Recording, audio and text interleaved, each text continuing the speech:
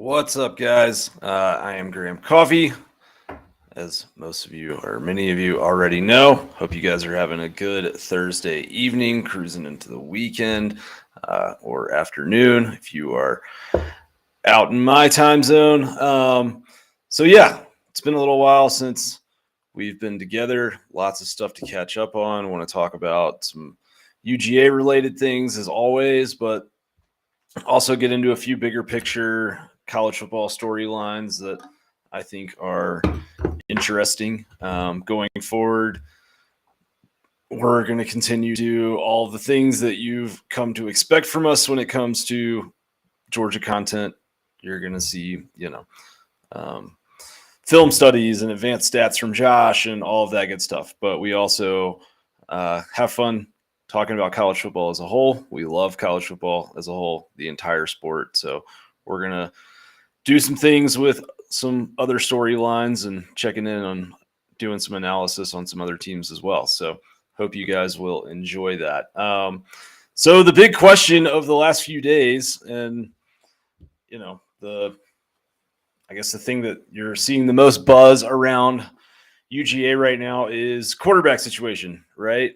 What's going on there? And so I put out a report on Thursday after talking to some people that had viewed practices last week, and the word from everyone that I talked to was that Carson Beck had been getting more first team snaps than Stetson Bennett in a lot of different situations and a lot of different drills and throughout the duration of whole practices in certain cases. So definitely interesting.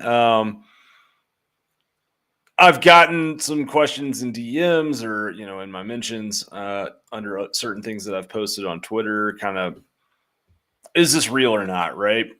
And I think the best answer to that right now is to be determined. I have been told that, Georgia is trying. I think Kirby Smart is trying to create a competitive environment, right? We kind of have these quarterback questions every offseason in Athens. And I think that maybe the best way to look at this at this point is that every position at UGA is won by how you perform in practice. And I think a lot of programs maybe treat the quarterback position a little bit differently. I don't think Georgia does. I think it's a totalitarian mindset of competition, stacking highly recruited players in every position room and hoping that they're going to bring the best out in each other. And more often than not, that philosophy has paid dividends for Georgia under Kirby Smart. So I think that's the best way to kind of explain what's happening in the quarterback room right now. I will say that, Carson Beck has had some good moments. He's had some kind of wow throws at certain points. Stetson Bennett has done some good things as well. I know, Saturday's practice sounded like Brock Vandegrift had some nice throws on the run and kind of showed some stuff that he hasn't up until this point. I think that this is the moment for Carson Beck, right? Like, he is making his push. That's what I've been told by people who view practice. He's been in the program a few years now. The guy in front of him is a walk-on, right? Stetson Bennett just won a national title. He was second in yards per attempt in the FBS. He was fourth in the FBS in passing efficiency. Like, he just had a very effective season, but is he as naturally talented as Carson Beck or Brock Vandegrift or Gunnar Stockton for that matter? No, he's not. So it's logical that they're going to, duke it out. And there's going to be some moments in practice where I think you see real competition. I think that the rep share being the way that it's been and Carson Beck getting to take a lot of significant snaps with the first team in a lot of different drills has caused Stetson Bennett to push a little bit. That's what I've been told. Sometimes that's a good thing for a player.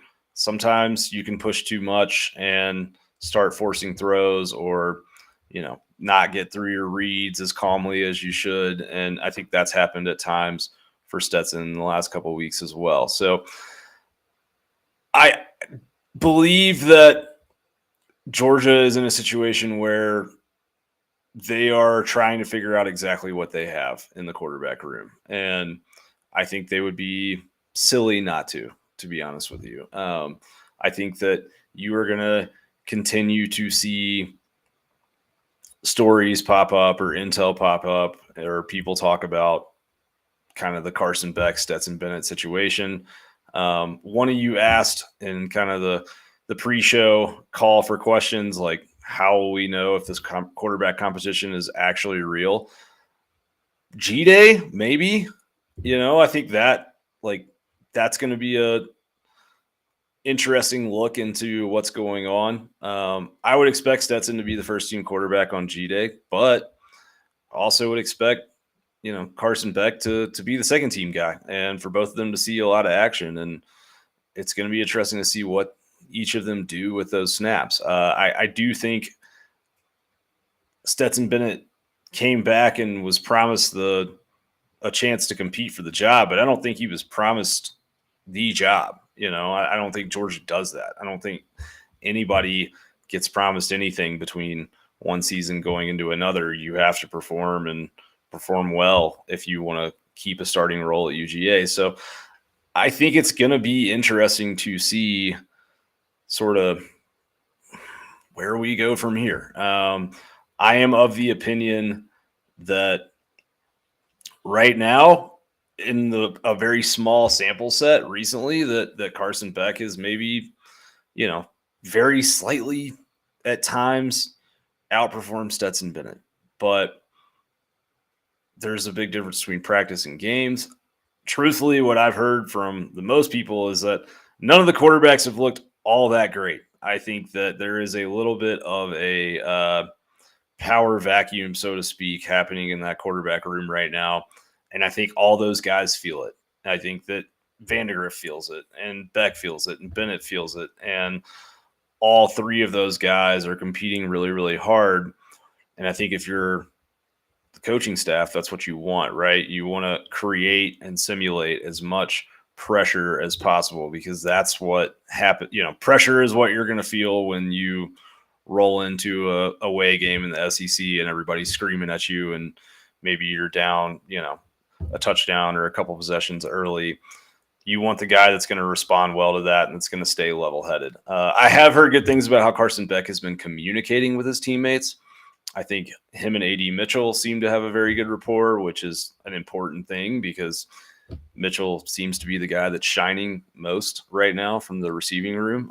Just seems like he's kind of taken that momentum from the end of the year and has carried it all the way into fall. Going kind of position by position in terms of just little pieces and tidbits of what I've heard from spring practice. Kenny McIntosh and Kendall Milton both look impressive. I think Kendall Milton is a guy that Georgia fans know, and everyone has sort of seen flashes of his talent when he's had a chance to play, but has just not been able to put together that full healthy stretch yet. And if he does it this year, he's going to be a national name. I think Kenny McIntosh is in for a really, really good season. And the reason I say that is because the thing that I've heard the most positive reviews out of spring practice of so far is Georgia's offensive line. That group is big and nasty and athletic and deep. And I think everyone expects them to be a very, very good, if not dominant at times, unit in 2022. And when you put a guy like Kenny McIntosh behind that line, the thing we saw with Kenny McIntosh finally at the end of last year was a little more physicality. He is an athletic back. He is shifty. He's extremely fast. He's good in the open field.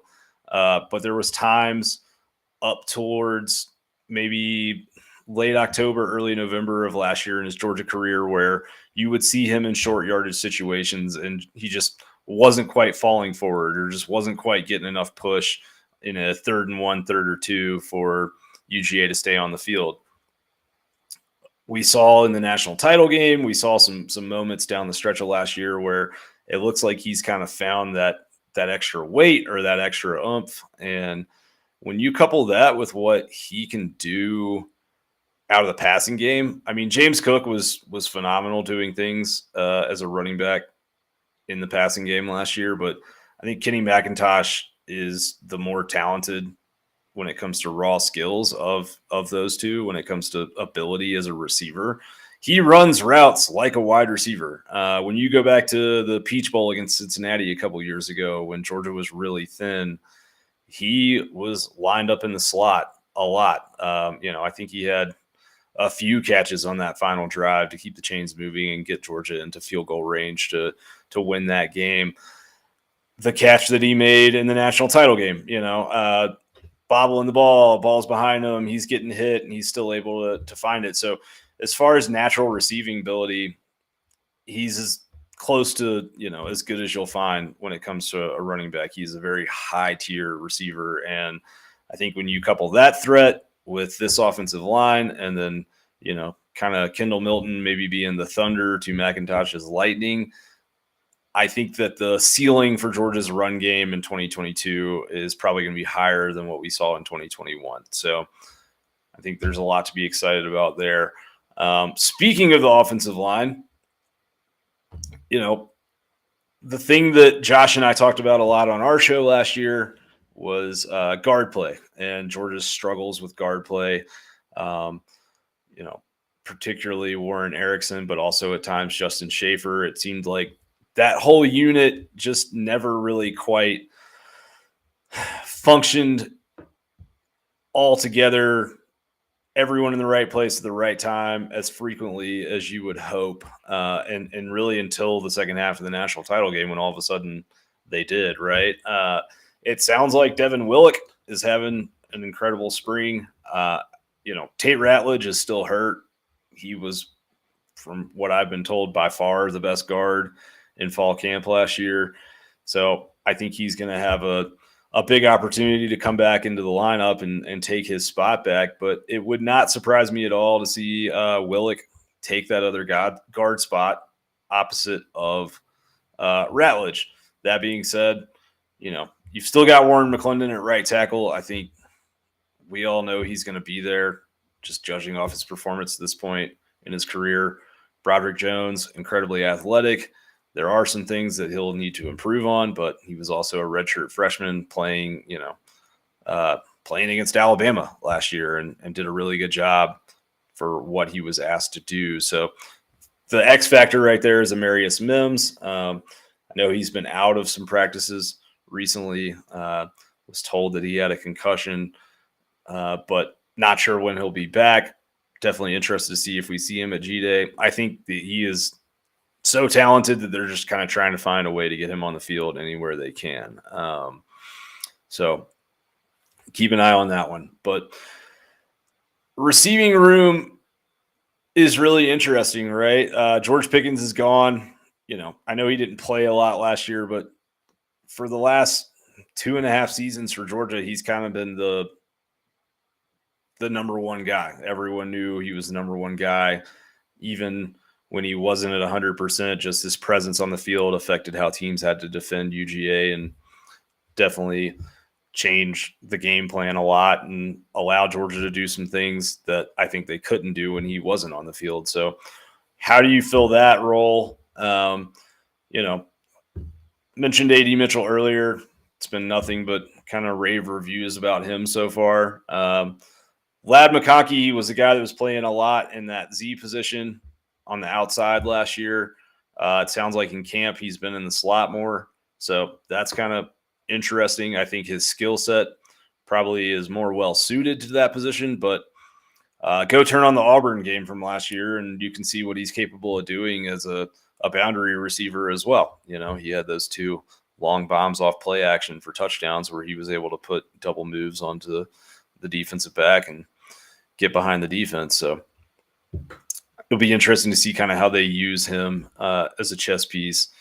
Marcus Roseme sounds like he's getting closer and closer to being healthy, has been turning some heads.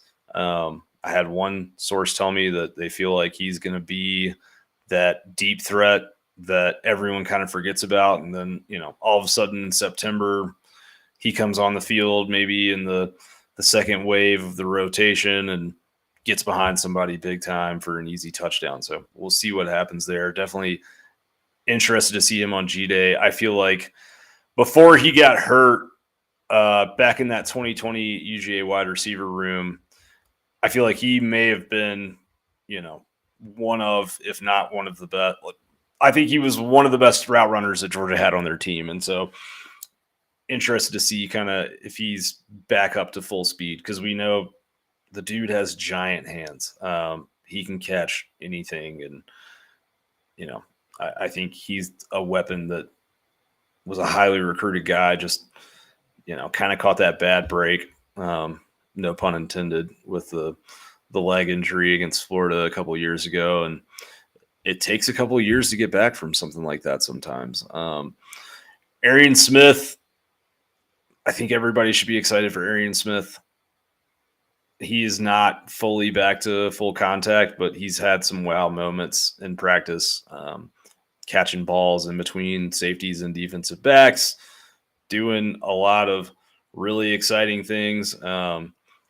There was a play in a recent practice drill, a game situation drill, where he basically blew by a DB and a safety so quickly that he's 7 yards behind the defense by the time the ball is in the air. So Georgia, oh man, like if he, and this is not meant to be an insult to Jermaine Burton, but I think if Smith can stay healthy for a full season, he'll make a lot of people forget, maybe not forget, but maybe not have the same amount of angst, is a proper way to put it, around Jermaine Burton's departure from the program this past offseason. Dominic Blaylock, I know everyone's pulling for him. He's been through, the ringer in terms of injuries, 2 ACLs, a hamstring last year. Sounds like he's finally looking healthy. He's been, running with the second team some, getting a lot of work in that slot position that we saw him play a lot in back in 2019. So the vibe right now is that he could be a significant contributor in 2022, which I think everybody would love to see after everything that he's been through. As far as kind of the young guys, Denilon Morissette, that's the one that everyone keeps talking about. His route running ability, I think, has impressed everyone so far. That was something that was obvious on his high school tape. Not a shock that that's translating well to the college level immediately. And then, the other guy in the room that I think has kind of been forgotten, but that I've started hearing a lot of good things about, even more so in the last week, is Kyrus Jackson. I was told a story a week ago about a play where A.D. Mitchell, missed a ball or something happened in practice, and he took his helmet off in frustration and drew a 15-yard penalty flag and was upset with himself about it. And I was told that, kind of when he came back over to the group on the sideline, that Kyrus was the first guy there to pick him up and encourage him and, just being a good teammate, being a leader. What I'm now hearing more about is his play on the field and him looking more and more like himself from 2020. And I think it's important to remember, like, for Georgia, when you look at a stat that I've gotten very interested in over the last few months, is yards per route run. So basically, what do you do when you're on the field?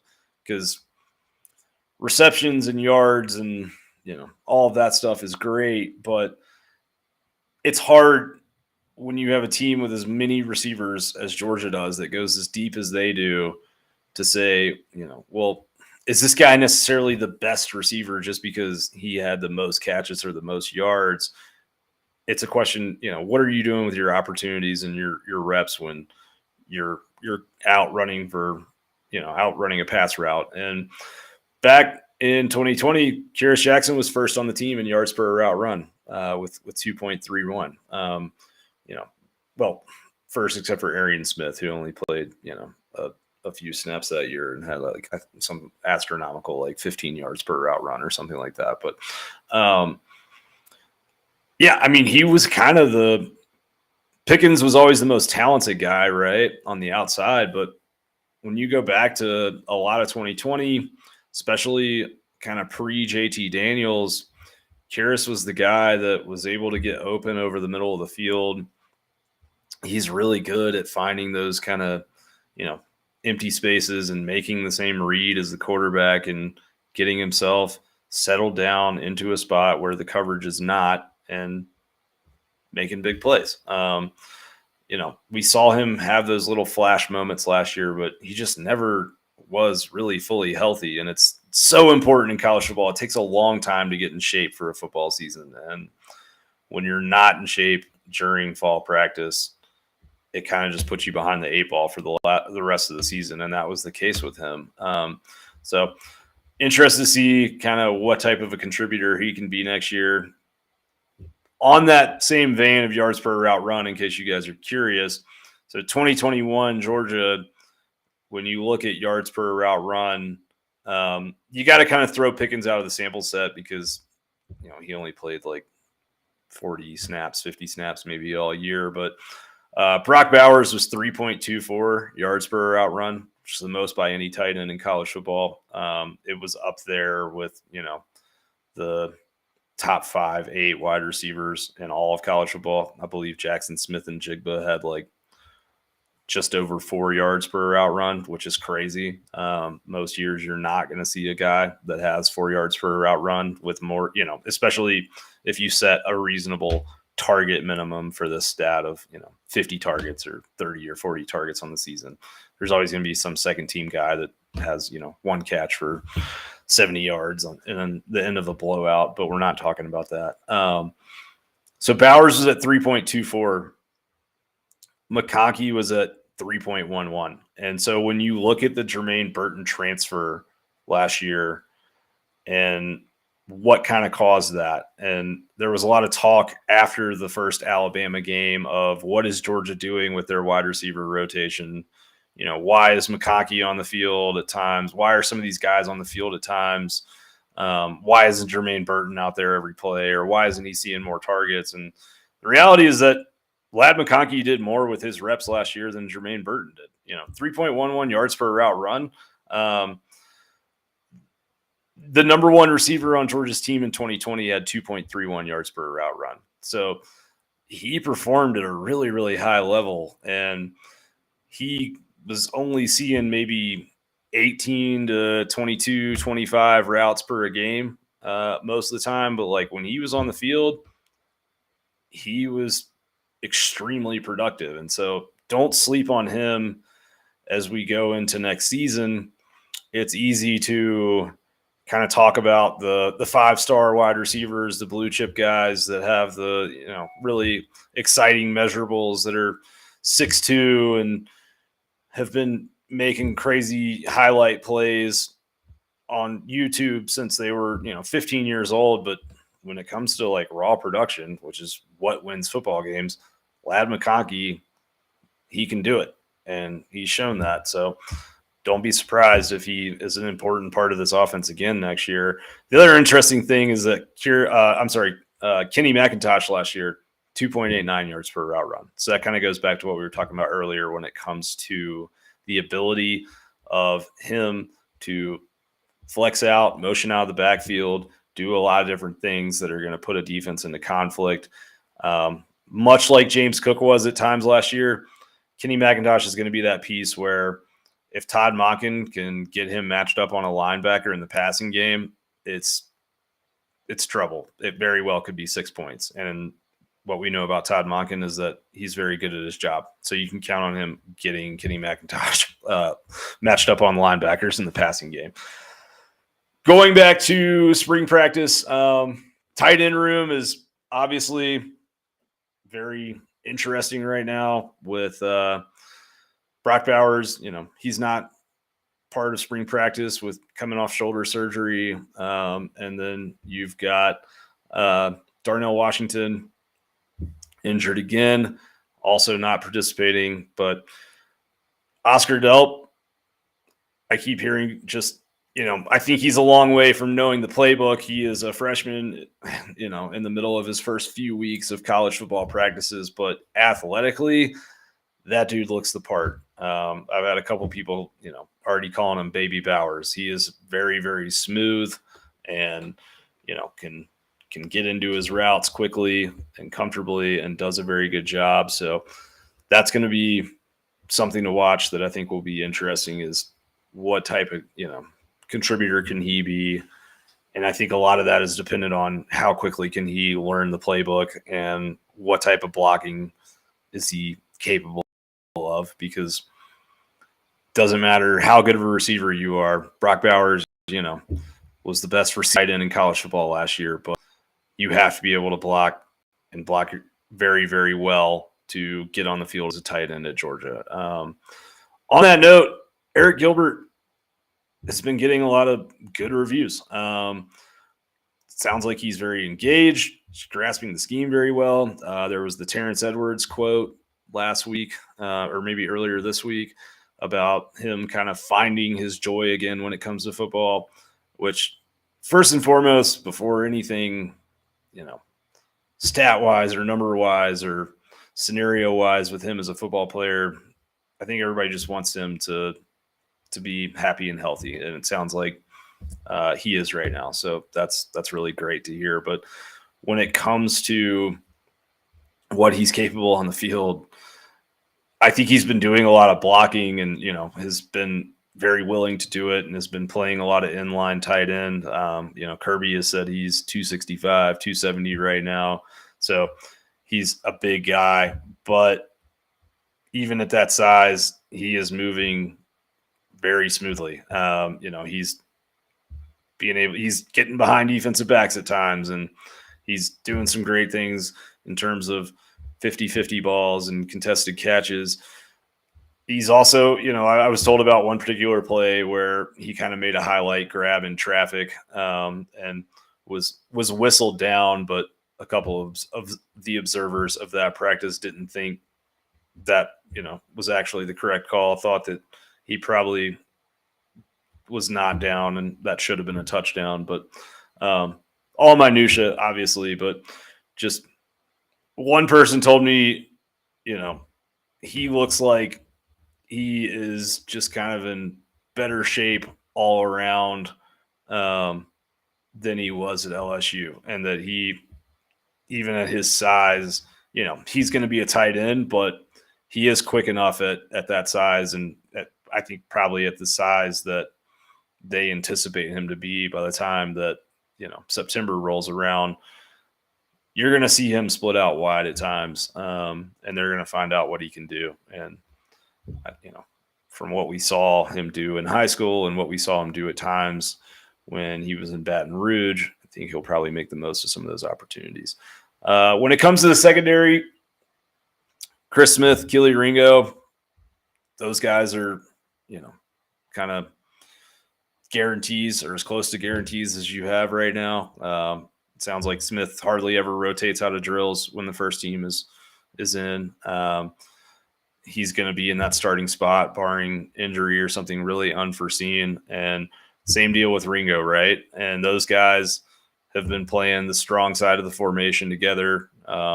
Ringo down at the DB spot, Smith above him as the safety. And it'll be interesting to see kind of, how that second defensive back position plays out. Heard good things about Kamari Lassiter getting some looks at DB. I've also heard he's got some looks at the safety position with certain units, and same goes for Nyland Green. That's a guy that was really highly recruited, and it sounds like he's really started to come on. Seeing a lot of first team reps at corner opposite of Ringo, and there's this bevy of young talent that Georgia has just brought in the secondary. You've got a trio of 5 stars in Julian Humphrey, Dalen Everett, and the kid out of Florida. That's name is escaping me right now, the defensive back, but I'll think of it shortly. But yeah, long story short, it's kind of a weird situation, right? Because these guys in front of them, it's not like they were slouches. Those guys were highly recruited as well. And these young guys are just trying to come in and learn college football and learn the playbook. It sounds like Humphrey is the one that has stood out the most so far and maybe has the best shot of playing. But you can bet your bottom dollar on the fact that like Nyland Green and Kamari Lassiter and David Daniel, who I've also heard some good things about, like those guys are going to compete, and those guys know the system and they've been around a while and they know the culture and they know the expectation, and they're going to try and make sure that those young guys don't see the field. So it'll be interesting to see how that shakes out. I think you'll probably get a lot of looks at some of those guys on G-Day. And the question with like a guy like Humphrey is, is he just so talented? I'm sorry. Yeah. Humphrey was the corner. Corey Thomas, Thomas is the safety that I was thinking of. Or wait, am I making something up here?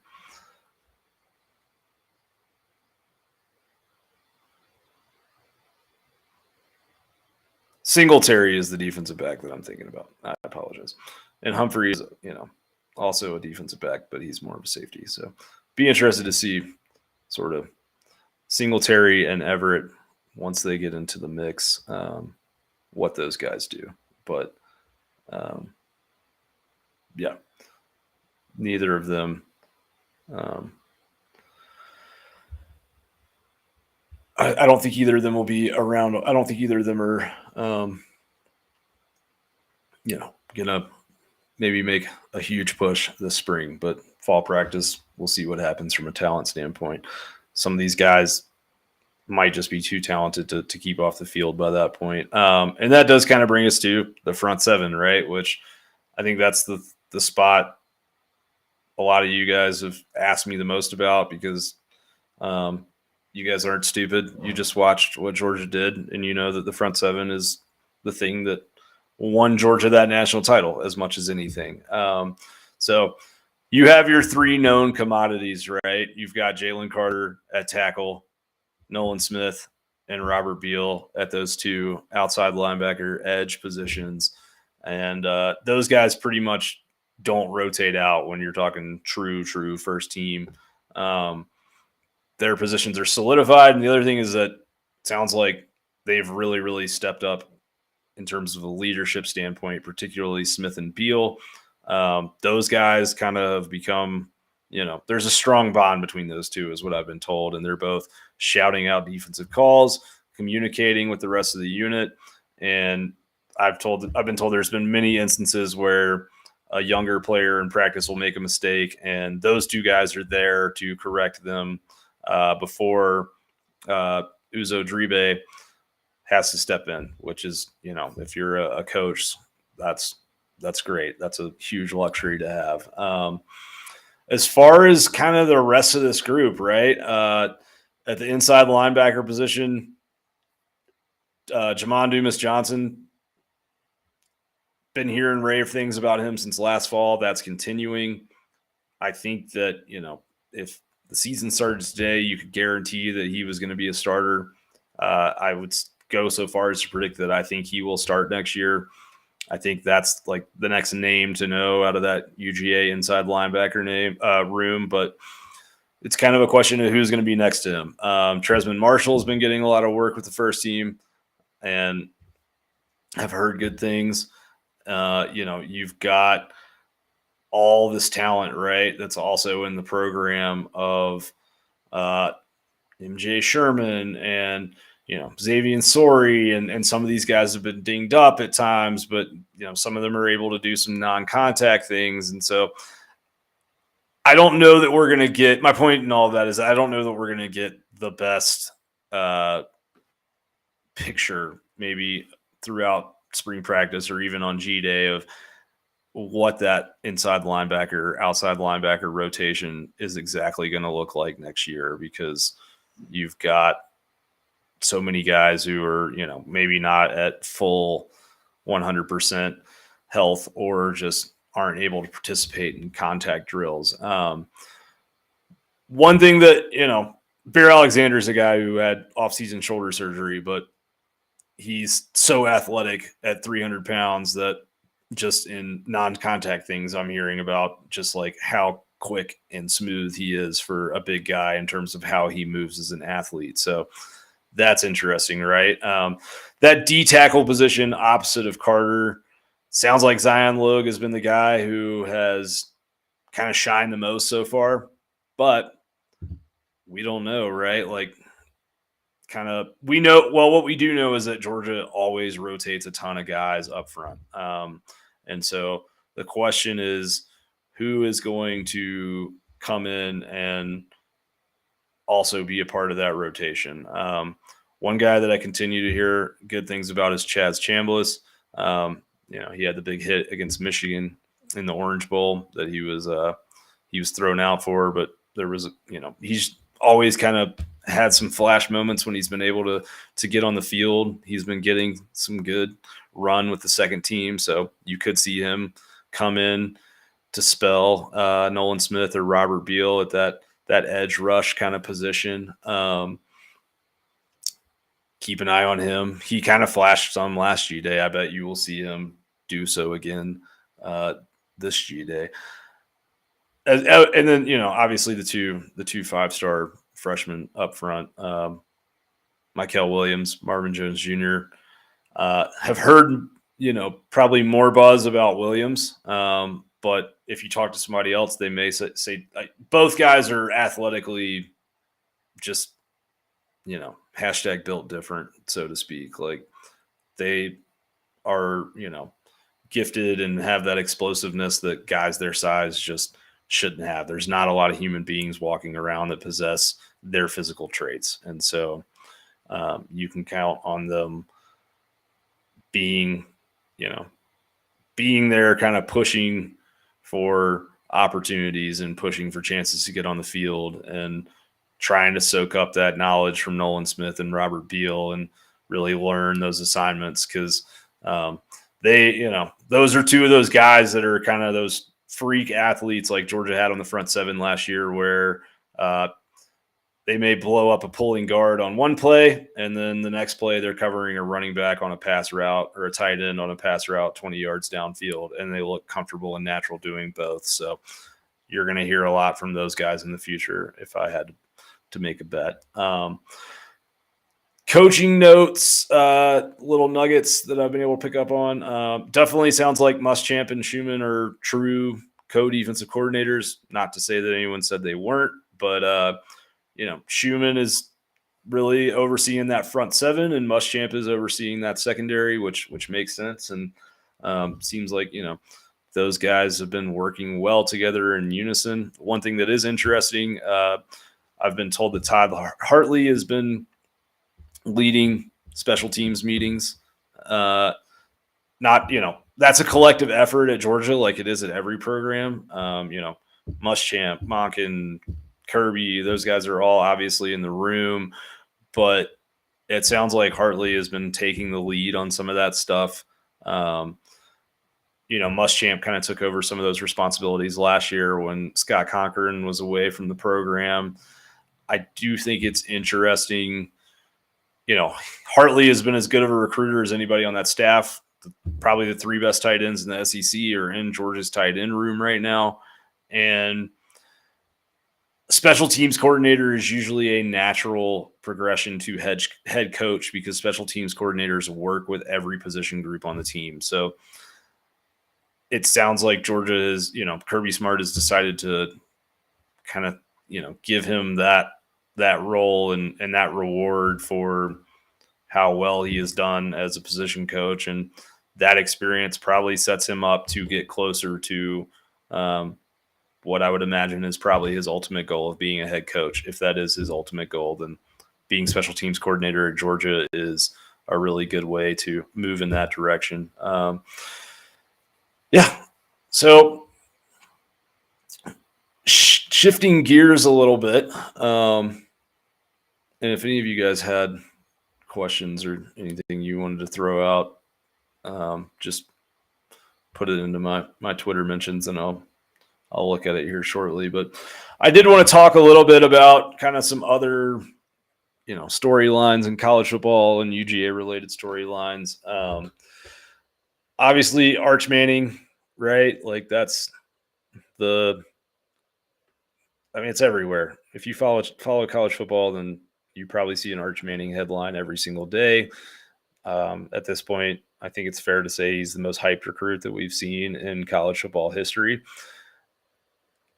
One thing I want to dispel first off, because I see people kind of infer this or ask this or say this at times. Like, I do not think that Arch Manning is the number one recruit in this class because of his last name. I think that Arch Manning is the number one recruit in this class because he has incredible footwork for a guy his age. He can make all sorts of off-platform throws while on the run. And athletically, he is something much closer to his grandfather than his uncles. He has scrambling ability. He has the ability to, pick up a first down on the run when a play breaks down. And, that's obviously a premium in this day and age of college football. I mean, not that it always wasn't, but even more so now in terms of how offenses are designed and in terms of how defenses get spread out by the design of those offenses. He can do all those things. Like, he is a quarterback prospect that's up on that level with the Trevor Lawrences and, some of the number one overall quarterbacks and number one overall players that we've seen before. I don't think that this is like just hype. So I want to say that first of all. I put a tweet out, I don't know, a week and a half ago that was basically just saying, this was on the heels of his most recent visit to Athens, and was just saying that I feel really good about where Georgia is in his recruitment. And I stand by that. He still, has to go to Alabama, I believe, this weekend. I think he was just to Texas, right? But if you look at what Georgia's offering, I think that so far he has, I think that the situation that Georgia's kind of set up for if he chooses to come to UGA is maybe just more attractive to what he's looking for. And that's on a person by person basis, but Alabama is established. There are other 5-star quarterbacks there. Bryce Young's probably gone after this year, but he is so kind of, maybe not conventional size of a quarterback that maybe he's not. Maybe he decides to set all these records and who knows what. But I would expect he's gone after this year, but there's another 5-star guy in that room in front of him. If you go to Alabama and you win a national title, it's always going to be kind of like, you're a cog in the Nick Saban machine, fair or not fair. Texas, I've heard good things about his relationship with Steve Sarkisian. I think a lot of people have, but at the end of the day, you do have Quinn Ewers there, who was the number one overall quarterback in this last class, but also Texas's offensive line has not been good. Like, we haven't seen Texas compete on that upper echelon level in a long time. And would Arch Manning help them do that? Yes, absolutely. But there's also a chance that, he goes there and he's the difference between winning 7-8 games a year and 9-10 games a year. And I think that, he might be looking for a situation where he's the difference between winning 10 or 11 games a year or, a national championship a year. So on the Sarkisian relationship, I've, been given the impression, I think that he has multiple relationships that are close to that or, as significant as that relationship at UGA. And the name that everyone continues to bring up is Buster Faulkner. He has been involved in this in the start. He is a guy that, he was at Southern Miss. He has been involved with the Manning Passing Academy in the past. He is a guy who has ties to that family. Matt Luke is not with the program anymore, but he is still involved with that program. It's not like he left and went to coach somewhere else. And I think that he is still, trying to push in the same direction that everyone in the Butts Mayer building at the University of Georgia is pushing. I really like where UGA is. You get a recruit in the office with Nick Saban. You never, that's always a dangerous situation to be in. But I do feel like if the decision was to happen today, that he would be in Athens. It's not happening today, but I also don't think NIL is going to be as much of a factor here as you're going to see it be with some other high-profile recruits in these upcoming classes. I know the NCAA, just as we were going on the air, Mark Emmert basically made a plea to Congress of we need to kind of standardize this. I don't think that's happening. Once the genie's out of the bottle, it's really hard to put it back in. And let's be honest, NIL has become a tool used to entice recruits to different schools. Despite maybe certain people's best intentions, that's where we're at. So you can kind of play that game or not play it and get beat, but it's a factor, and it's going to be a factor going forward. That's not me saying that I think every kid is just going to go to the highest bidder, because there's only a very select few schools out there that can offer what a Georgia or an Alabama or an Ohio State can offer to a recruit. No matter how much money there is out there, if all things are close to equal, or there's good opportunities on the table in all places, then you probably want to go to the place where you have a shot to win a national title, right? Kind of moving forward, I wanted to talk to you guys a little bit about just some of the stuff that's been going on this offseason. We did this last offseason.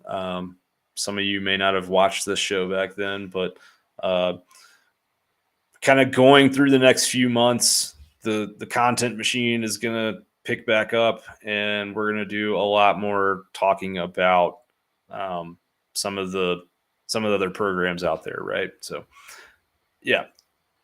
First news, saw that Jim Chaney was hired at Georgia Tech today as an analyst. A couple people sent that to me, or I saw some comments of well, should Georgia be worried about that? No, guys, Georgia should not be worried about Jim Chaney going to Georgia Tech. Jim Chaney is a nice man. I don't have anything against him, but Georgia Tech could hire Vince Lombardi as an analyst right now, and they're still only winning 3 games next year. That whole Jeff Collins experiment has been a massive, abject failure, and nothing is, I think, going to turn that bus around at this point. He came in, there was a lot of kind of chest puffed out. I know he pissed off some of his peers in the ACC. Dabo Sweeney, I know, does not like him because of certain things that were said, around recruiting and just maybe a respect that some people thought they deserved and weren't given. I don't know, but he came in hot, right, and had that strategy and talked about being the school in Atlanta and co-branding with Waffle House and all of that stuff, and it hasn't worked, which as a college football fan kind of sucks, just because it was somewhat entertaining and different. As a Georgia fan, Georgia alum, that's great, I guess. Not that I think Georgia Tech is going to be a real threat to Kirby Smart's program as long as he's around, or anytime soon thereafter. But yeah, I do think that that's great that he, got a job and all that. Wish Jim Chaney well, but I think that Jeff Collins is probably getting fired at the end of the season, barring something very, very unexpected. Looking at Texas A&M, which has become kind of all of a sudden Texas A&M signs this number one class, and I feel like Georgia folks have taken a much greater interest in what's going on down there. Was NIL a factor in signing that class? Absolutely. But was NIL a factor in everyone signing their classes? Absolutely. Yeah. Not to say oil money doesn't, talk different sometimes, because it can, but it's interesting now because you look at where Texas A&M is under Jimbo Fisher, and he was given this big, I believe it was a $75 million guaranteed contract that has since been extended even further, and slowly building. They beat Alabama last year, but they also went 8-4, and now you've got a number one class on campus.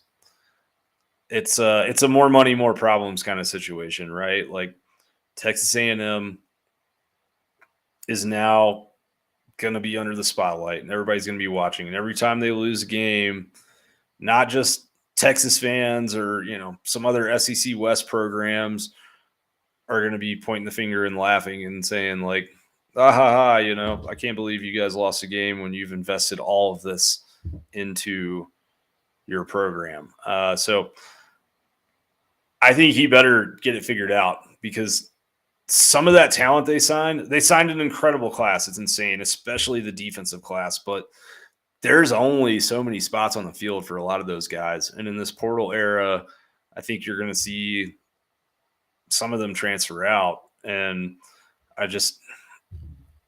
it's great. Don't get me wrong. Like any college football coach is going to want a highly ranked class. They're going to want more talent, but you're also talking about a certain kind of risk factor, truthfully, for public perception and job security when you bring in that much talent. If things don't go well, it's going to get ugly in a hurry. And Jimbo Fisher has recruited some great classes in the past. I mean, you go back to that Florida State national title team, and there were,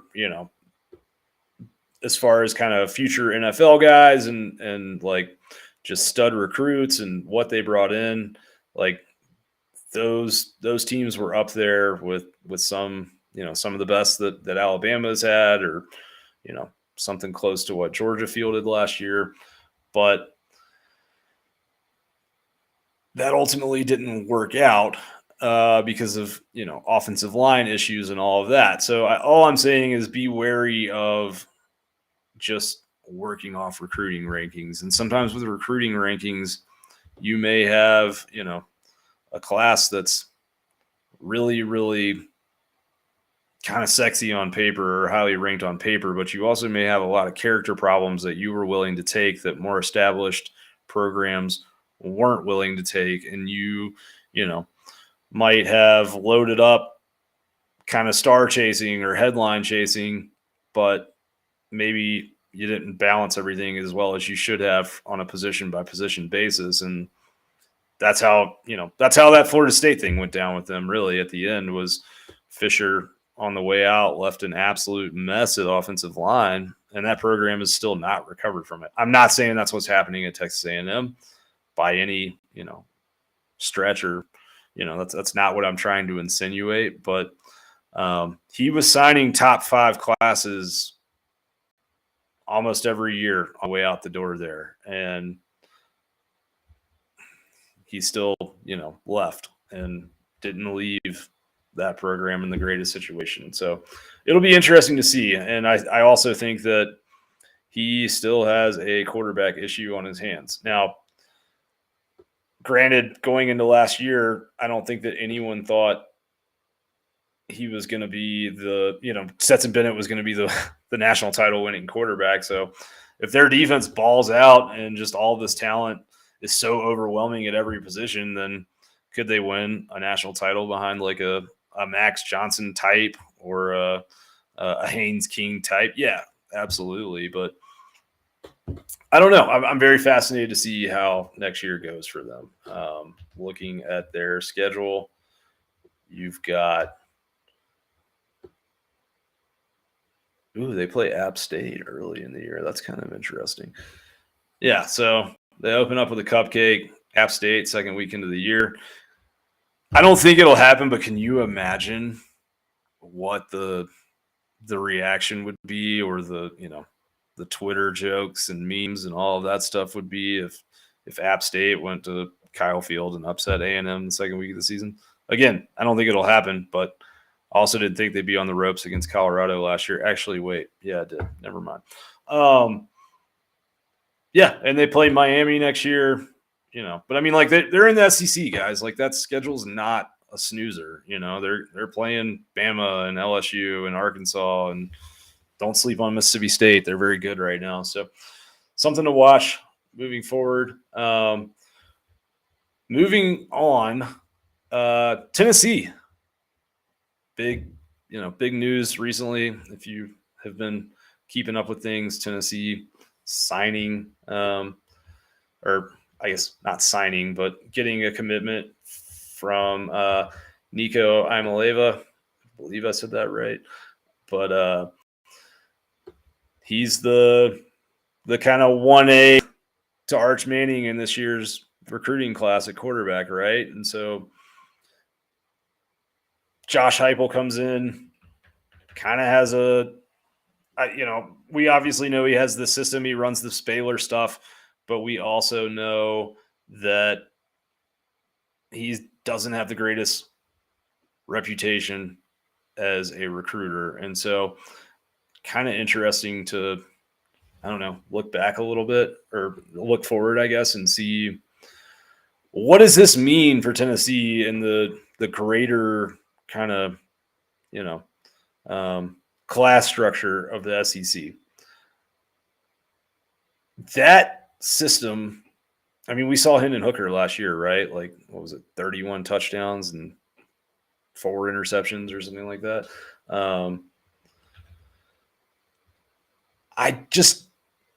I'm curious because it seems like the booster money's there, right? And Tennessee has decided to invest in Josh Heupel after last season. We know there's the high flying offense. We also know that what destroys that Baylor system is good edge rushers and DBs that can play one-on-one, right? Like that's a system where you have to kind of create big plays to snowball more big plays. And Georgia was able to defend it really well last year. And, I'm curious to see, they finished, I believe, with the 10th ranked recruiting class in 2022, but that was 8th in the SEC, which is not going to change their long-term outcome as a program. But you got a 5-star quarterback. There's been some other highly ranked guys that have been kind of predicted to go there in the last week or two. And they signed this quarterback for $8 million, right? This is unprecedented. And we know about it. Like, they may have gotten a bargain at $8 million, truthfully, for what he could bring to the university from an exposure and ticket sales, et cetera, et cetera, et cetera. But I think you're also in a situation where Tennessee, the fan base and the boosters have thrown everything behind this. And if this doesn't go well for this kid, or, maybe he's not what everybody expects him to be, what happens next? Is he under this NIL contract and so he can't transfer, or, does he have to give money back? I don't know. I'm just very curious how this all works. He's from California, which is one of the few states where you can sign these NIL deals in high school.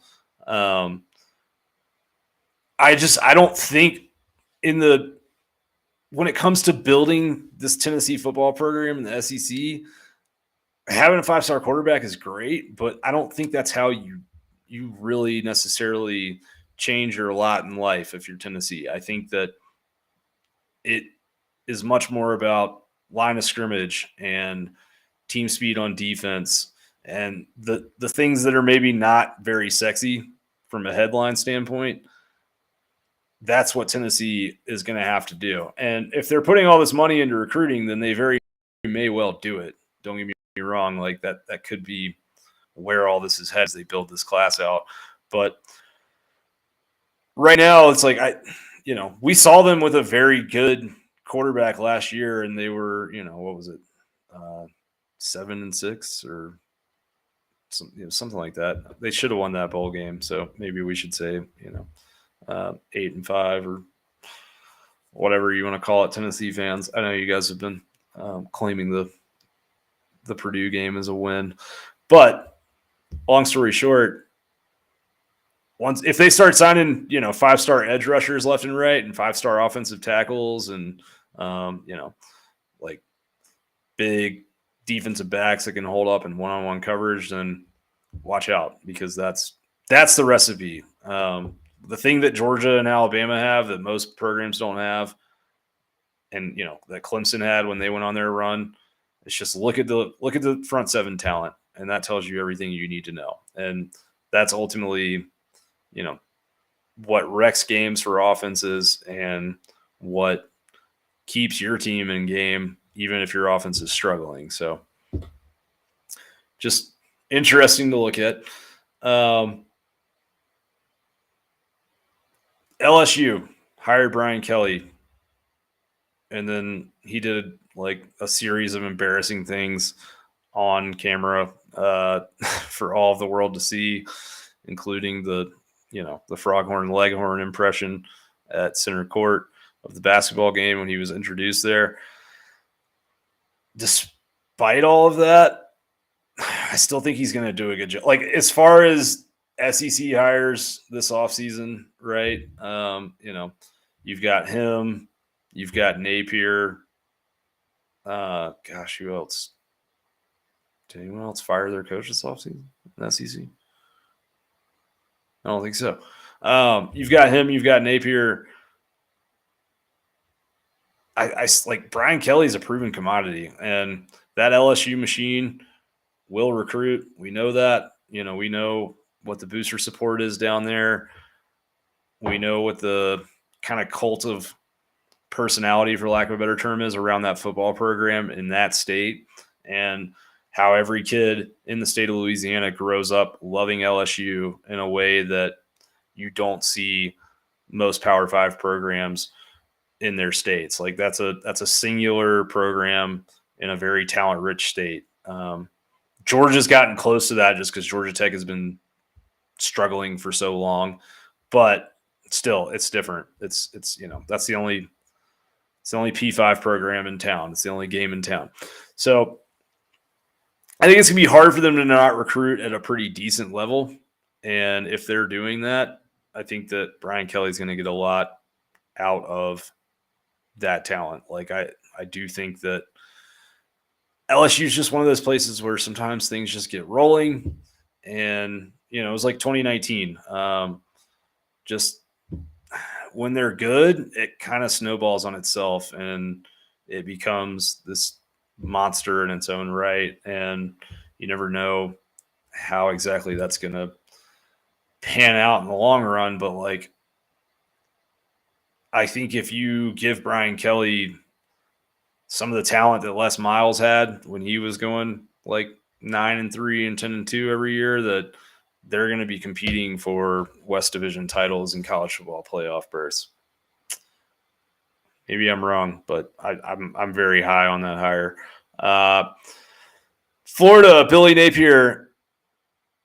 I think that the split zone duo guys, Richard Godfrey and Stephen Godfrey and Richard Johnson and Alex Kirshner, they did a pretty interesting episode on how Billy Napier has been very kind of shunning of expectations and has not been the guy that has kind of come in and said, like, we're going to do it better and we're going to fix everything and yada, yada, yada. And I think that's great. I think that's smart by him.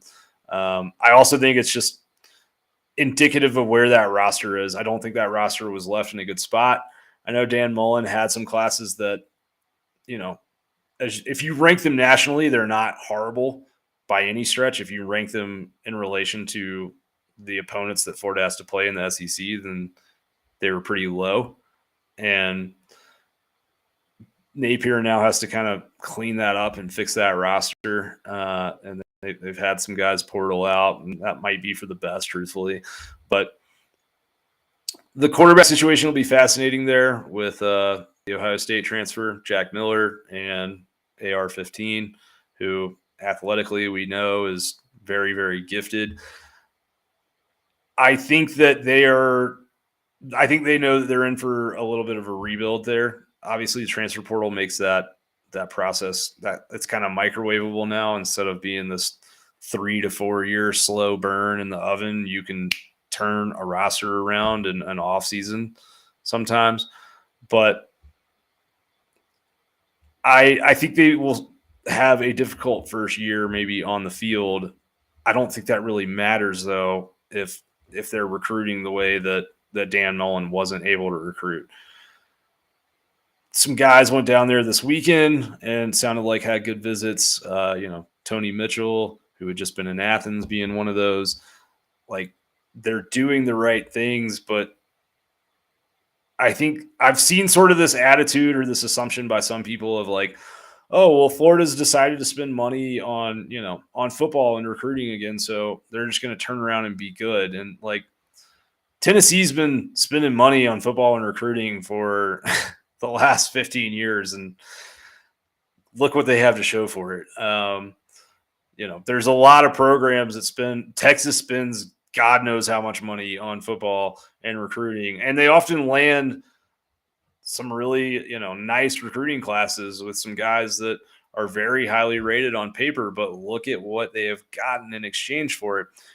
It's really, really hard to just flip a switch, or for that matter, turn on, the faucet when it comes to influx of cash, and all of a sudden just be a Georgia or an Alabama or a Clemson overnight. And I think there's a cultural element involved. There's some luck involved. There is so many different facets in it, and Florida seems to be, kind of following that Saban Bama model so far, which Georgia did as well. And look where it landed them. They just won a national title, but we've only seen Kirby Smart do that successfully in the SEC so far. And so I'm fascinated to see how that goes. I'm also fascinated to see Florida is now, I think, an option for some kids that they weren't in the last couple cycles, some higher caliber players that are, high 4-star, 5-star type guys, but can they land them? Because ultimately at the end of the day, being one of the hats on the table for the final three is worth just as much as not ever getting a visit to campus for any of those guys. So very interested to see kind of how that turns out. Sorry, my dog is barking in the background. Anyways, moving on. Couple other thoughts. You've got Marcus Freeman at Notre Dame replacing Brian Kelly. Everyone's just kind of like assuming that all of a sudden, I don't know. I'm very interested to see how that goes. And I think he's a much more charismatic personality than Brian Kelly ever was. I think that he, from a recruiting standpoint, may be much more kind of just headline worthy, I guess, or probably a little bit better at keeping his program in the forefront of everyone's minds on the recruiting trail and in the headlines. But Notre Dame still is some different standards for players than certain places. The other thing, though, is he has taken over a program that's in a really good spot, that's been to college football playoffs, that's been on the verge. They haven't been on the verge of competing with the Alabamas and the Clemsons of the world, at least in that, postseason type stage. But if he can tip that thing over the edge, I don't know. I'm just very, I told you guys how I feel about the Brian Kelly hire for LSU. If this really may be the rare scenario where I think this works out for everybody, and maybe everyone kind of comes out happy from it, but I I wouldn't underscore at the same time like what Brian Kelly did from the offensive side of the football and the fact that that was always his offense. And there was some teams that he had that were like very duct tape and wire from a talent standpoint on offense that he was able to make extremely effective and extremely competitive. So we'll see. Before we get out of here, I feel like I have to talk about Lincoln Riley going to USC. This is kind of like it's the full on free agency, right? I believe it's 13 transfers they brought in. A lot of them high profile guys that, USC fans and observers of college football should be rightly excited about. But at the same time, I don't know. It's a different animal.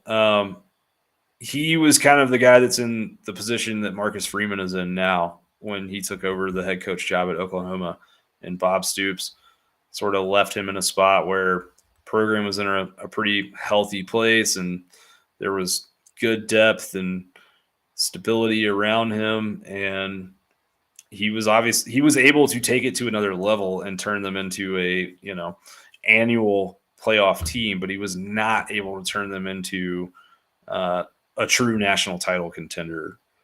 We saw what happened when they got on that stage every year, and it never went their way. The theme that he's working against at USC is trying to get all these kids like Bryce Young and the litany of 5-star guys and blue chip recruits that have left California over the last decade to stay.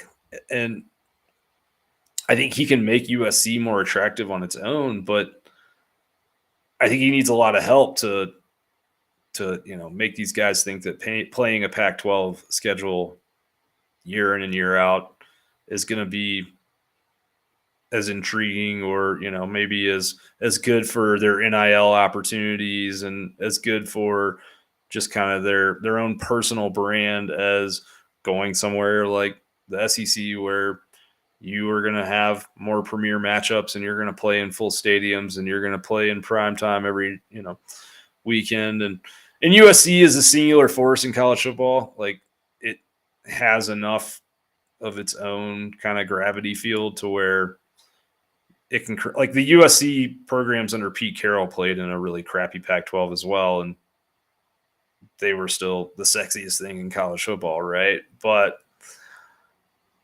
it's hard to replicate those things, and it's hard to catch lightning in a bottle, and it's hard to look up and all of a sudden have a Matt Leinart and a Reggie Bush and a Lindale White and a Dwayne Jarrett and a Mike Williams and all of those guys on our roster. And we know that Lincoln can do some incredible things on offense. We know that Caleb Williams is there now, but we never saw him figure out that defensive equation at Oklahoma. We never saw him, I think, fully understand that what we were talking about with Tennessee earlier, right? That like line play is the biggest difference between the very, very upper tier of college football and all the teams that are trying to get close to them. So does he put it together in California? Maybe. We know that a lot of great athletes come from California when it comes to the offensive side of the ball. You don't see a ton. You see some, don't get me wrong. It's not, like South Dakota or something, but you do see more of the big body defensive line types that are also extremely athletic coming from southeastern region of the U.S. Can he get some of those guys to go out to USC? Maybe. I mean, it's definitely, there's good reasons to want to live in Southern California, depending on who you ask, right? But I wouldn't have the assumption that this is all going to just and he's going to snap his fingers and then 18 months it's going to be Pete Carroll, Matt Leinart days all over again. because we've never seen him build a program. There's some talented pieces left over. It's, USC always got a couple of, a few really high profile recruits a class, but you need a lot more than that to compete for the ultimate prize. And I think that he can make them relevant again very soon.